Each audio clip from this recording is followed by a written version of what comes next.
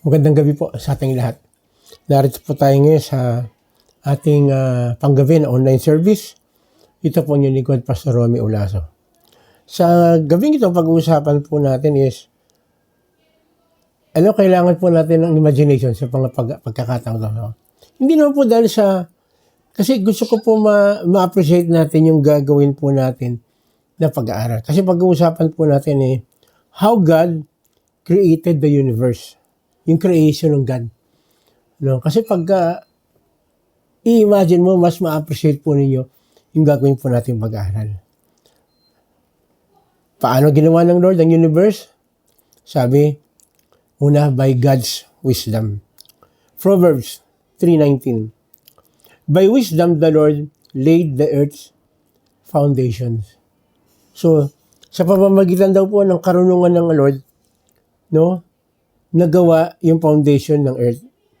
Sabi po sa Psalm 136:5, who by His understanding made the heavens, His love endures forever. Tingnan niyo po, yung water vapor, hindi mga scientists gumawa o nakatuklas nito.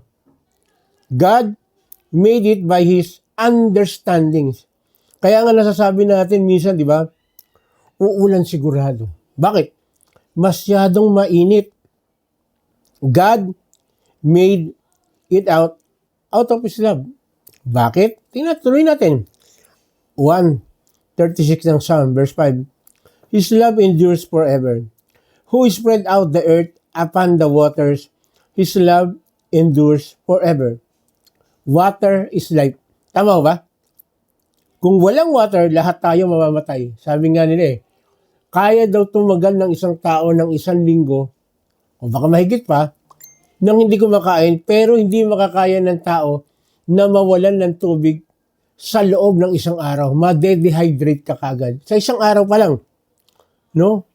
Kaya pala tignan natin yung creation ng mundo, lahat, halos tayo, mas malaki po yung percent ng water.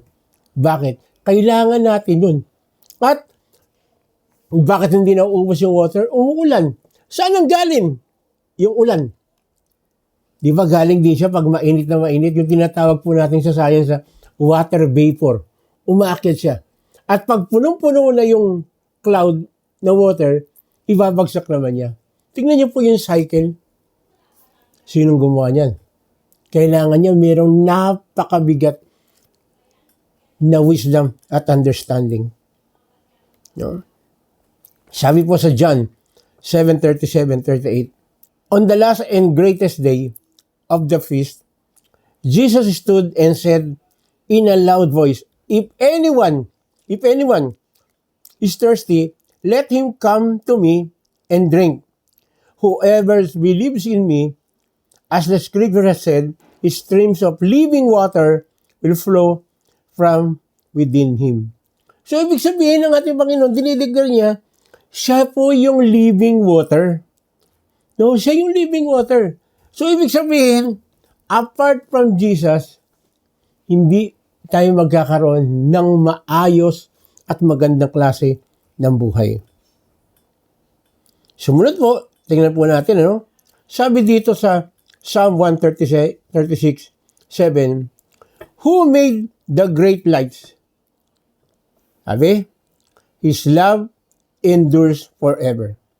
The sun to govern the day, His love endures forever. Kung walang sun, wala ring mabubuhay na living things. Again, pinag-aralan natin yan sa biology. Yung araw, yun ang ginagawang pagkain ng mga tinatawag natin sa photosynthesis. Ginagamit na sa mga dahon, maarawan siya. At take note, kapag walang araw, pwedeng mamatay ang halaman.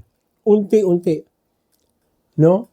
Of course, siyempre balance yan. Hindi pwedeng nakabilad lang sa araw. No? At ang tao, kailangan po natin ng sun. Kasi ang tawag po nila rito, vitamin D. Hindi po siya vitamin S, sun. O kaya vitamin A, araw. Vitamin D po siya. No? Kaya, kung walang water vapor para magkaroon ng rain at diligan ng buong sa buong mundo, by God's understanding, these were made. No? Kaya again, by understanding kanina na ano po natin, nagawa by wisdom ng Lord. Ano? Tapos, sabi po sa Proverbs 3:19b, 20, by understanding, He set the heavens in place. Again, yung heaven. Verse 20, by His knowledge, the deeps were divided and the clouds let drop the dew. Psalm 136:8, the sun to govern the day, His love endures forever.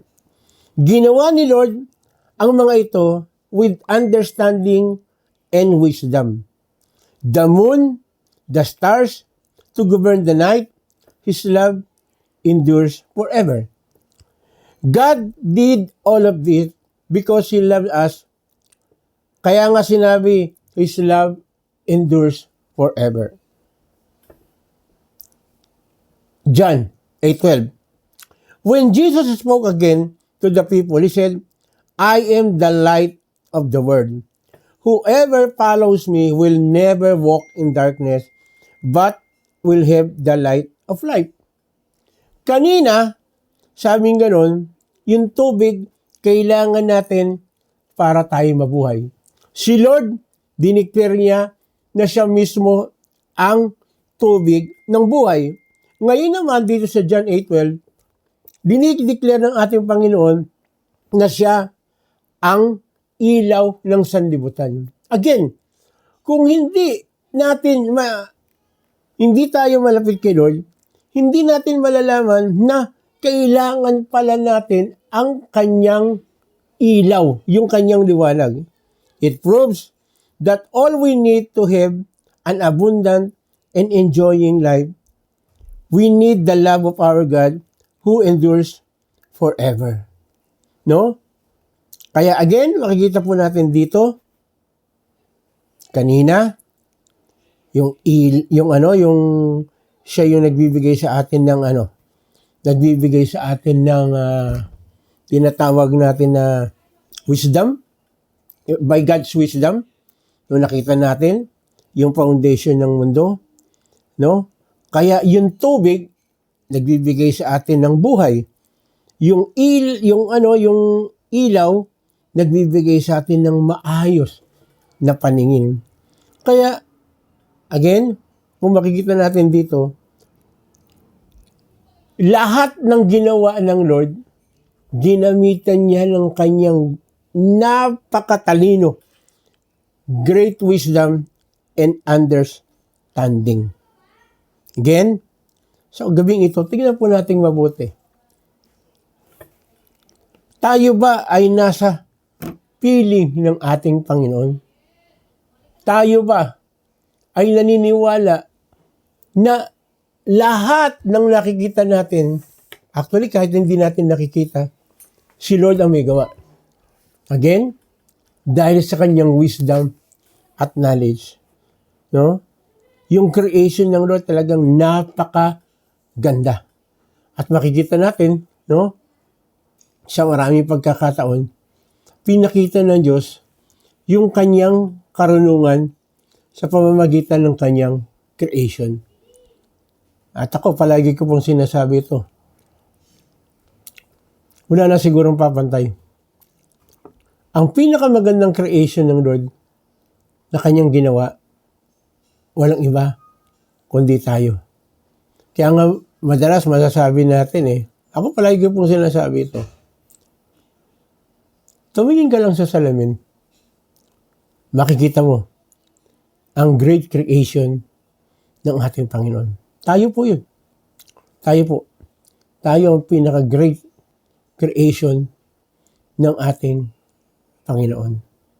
Kaya nga po, sa gabing ito, tingnan po natin, na-appreciate ba natin? Imagine natin, kung wala kayang, no? Kung wala kaya yung tinatawag po natin na water, paano na kaya ang buhay natin? Minsan, dumating yung time, nagkaroon ng sira dito sa amin, sa Pateros. Nasira yung pinaka-pump, inayos. Ang hirap. Ang hirap pag walang tubig. Yan yata, hindi yata, yan ang pinakamahirap na pwedeng mangyari sa atin, yung walang tubig. At kagaya nga po ng sinasabi ko kanina, sa isang araw lang na walang tubig, pwede ang isang tao mamatay. Dahil hindi niya kakayanin. No? Mawala na yung pagkain kahit na isang linggo, basta may tubig ka, mararamdaman mo, kaya mo, makakaya mo. Again, mahirap din sa lahat, yung walang ilaw, walang liwanag. Napakahirap po niyan. No? Sabi nga, paano kang makakalakad sa isang lugar sa gabi kung walang liwanag? Kaya pala, sa umaga may araw, sa gabi mayroong buwan. Kasi ang buwan nagbibigay din siya ng liwanag. No? At diniklear ng ating Panginoon, lahat ng mga ito ay makikita natin sa Kanya. Dahil siyang gumawa, siyang lumalang ng tubig para ma-enjoy po natin. Diniklear niya sa Kanya nang gagaling lahat ang mga bagay na ito. Kapatid, sa gabing ito, isipin natin mabuti. Tayo ba binigay natin ang ating sarili sa ating Panginoon? Alam niyo po, kagaya ng diniklear ng ating Panginoon, siya yung living water. No? Kapag hindi po natin binigay ang ating buhay sa Kanya, hindi natin mararanasan yung Kanyang sinabi na siya ang ating living water. So, ibig sabihin, pag hindi wala tayo sa Panginoon, yung living water na kailangan natin, maghahanap at maghahanap. Palagi tayong mauuhaw sa lahat ng bagay. Mauuhaw tayo sa pagmamahal, mauuhaw tayo sa mga bagay, mauuhaw tayo sa kalinga. Palagi naghahanap tayo. Naghahanap tayo ng something. Kasi ang satisfaction, nasa Panginoon lang. Kaya nga sabi niya siya yung living water. Mamumuhay at makakapamuhay tayo ng may kagalakan, kasiyahan kapag yung living water ay nasa ating buhay. Siya rin din yung ilaw. So kung wala tayo sa ating Panginoon, hindi natin makikita ang liwanag ng buhay. At kapag liwanag ng buhay, ang gulo-gulo, may chaos. Kaya diniklear ng ating Panginoon, siya ang ilaw ng sanlibutan. Kaya sa gawing ito, kapatid, nakikinig ka, hindi siyang aksidente.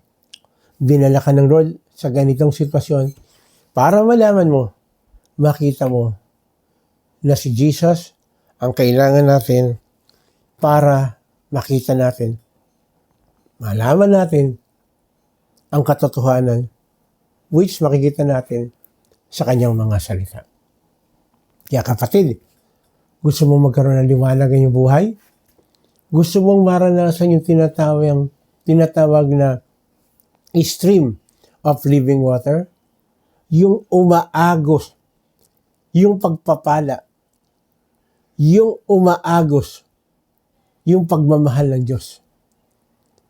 At gusto mo na maranasan na palagi nasa tamang direksyon ka at palagi hindi ka basta-basta matitisod sa dilim dahil kasama natin ang ating Panginoon. Again, kung itong ninanais mo, sa gabing ito, aanyayahan kita na sumunod ka sa panalangin na aking gagawin, angkinin mo na sarili mong panalangin ang panalangin ito dahil gustong-gusto ng Lord na gustong-gusto ng Lord na magkaroon tayo ng abundant life. Life na sagana sa lahat ng bagay. Hindi lang financially, kundi spiritually. Yung mag-e-enjoy ka. Pag sinabing abundant life, hindi dahil marami ka lang pera. Pwede naman. Pero marami, tandaan natin, maraming sagana sa lahat ng bagay, pero hindi maganda ang takbo ng kanyang buhay. At ang ganda ng buhay ay nasa kamay lang ng ating Panginoon. Bakit? Tayo ang the greatest creation ng ating Panginoon. Tayo. Kaya, anyayahan kita, sumunod ka sa panalangin ito, angkinin mo ang panalangin ito. Gawin mo ito na nanggagaling sa iyong puso. Tayo pumikit, tayo manalangin. Panginoon, maraming salamat po na muli sa pamamagitan ng iyong mga salita, pinatunayan mo ang iyong kadakilaan.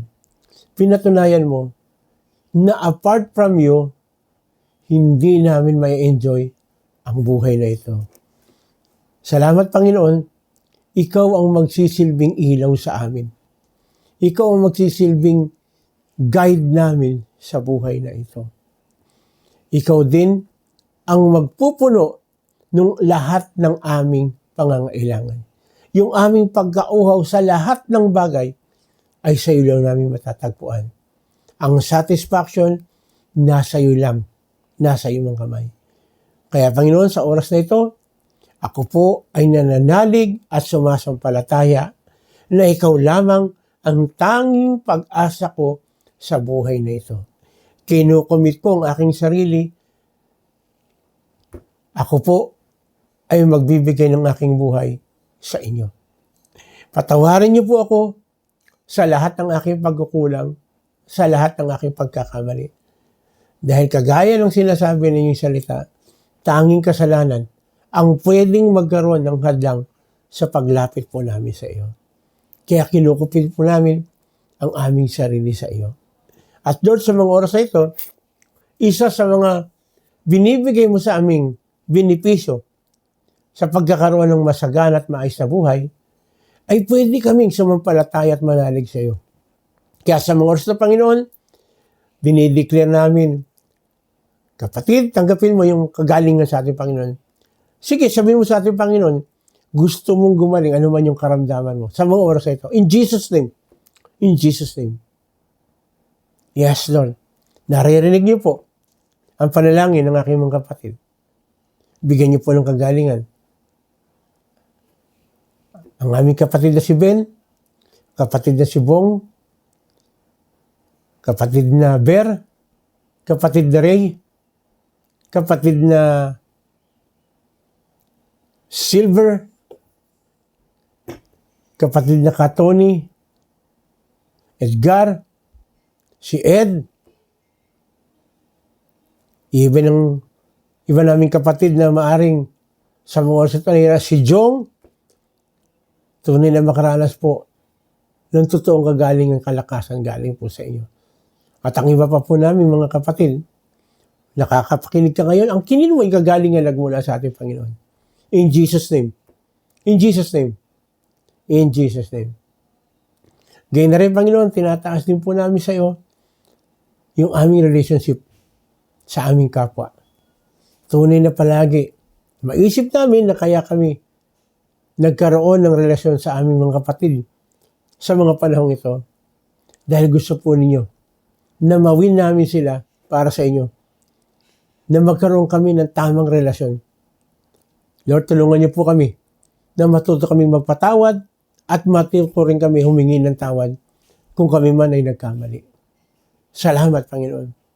Kaya na rin, Panginoon, nataas po namin sa inyo ang mga kapatid na nangangailangan sa mga panahong ito dahil ikaw ang aming great provider. Ikaw magbibigay ng ilaw kung anong gagawin namin para matustusan ang aming pangangailangan. Maaaring bigyan mo ng trabaho, magkaroon po, Panginoon, ng paraan sa negosyo. Ikaw po nakakaalam. Ikaw nakakaalam, Panginoon. Kaya binibigay, kinukomit po namin sa inyo. Hayaan niyo po, Panginoon, na mabigay po yung sapat na pangangailangan ng bawat isa po sa amin. Yes, Lord. Salamat, Panginoon, dahil ikaw ang aming great provider. Tinataas din po namin sa inyo, sa mga oras sa Panginoon, ang aming mga kapatid nagdiriwang ng kanilang kaarawan, ng kanilang anniversary. Pagpalain mo po sila. Ang bawat nakikinig na karoon po ng kaarawan, salamat po sa extension ng buhay, extension ng pagsasama, salamat po ng marami. Patuloy, Panginoon, tinataas po namin ang bansang Pilipinas, magmula sa aming presidente, hanggang sa pinakamababang nanunungkulan, sa lokal man o nasyonal, na magampanan ng bawat isa ang kanilang tungkulin na inilagay mo po sa kanilang mga balikan. Hindi po sila aksidente na naging leader po ng aming bansa, ng aming bayan. Sila po ay kinasihan mo at hinayaan mo mamuno dahil meron ka pong tiwala sa kanya. Kaya gawin po nila ang kanilang tungkulin na may banal na takot po sa inyo. Maging ang mga military, ang mga kapulisan, tunay na magampanan po nila ang kanilang tungkulin para sa kaayusan ng aming bansa. Pagpalain mo rin, Panginoon, ang lahat ng nangangaral ng salita ninyo, Panginoon, na ipinapahayag namin ang inyong mabuting balita, ang kagalakan, ang kasiyahan, na tanging sa inyo lang namin matatagpuan. Tuloy, Panginoon, pagpalain mo rin ang bansang Israel. Dahil ikaw mismo nagsabi, ang sino mo magpala sa bansang Israel ay yung pagpapalain. Sa gabing ito, Panginoon, inaangkin namin na gagawin mo, mangyayari ang lahat ng bagay na ito dahil hinihingi po namin ito sa pangalan ng aming Panginoong Sus. Lahat po tayo magsabi ng Amen. Kung kayo po ay mayroong mga katanungan patungkol dito sa ating pinag-aralan sa gabing ito, huwag po kayo magkatubili na mag-PM. Willing po kami na sagutin ang inyong mga inquiry o inyong mga katanungan. Gayun na rin, kung kayo po ay napagpala, kung kayo po ay nakaranas ng kagalingan, kami naman po ang maglalambing sa inyo. Baka naman po pwede po, i-PM nyo lang po kami na merong magandang nangyari sa inyong pakikinig at sa ating kahilingan, kasi ito po ay nagbibigay po sa amin ng encouragement para ipagpatuloy po ang ganitong gawain. Muli, ito po ang inyong lingkod, Pastor Romy Ulaso, ng Pateros Evangelical Church, nagsasabing, pagpalain po tayo ng ating Panginoong Jesus.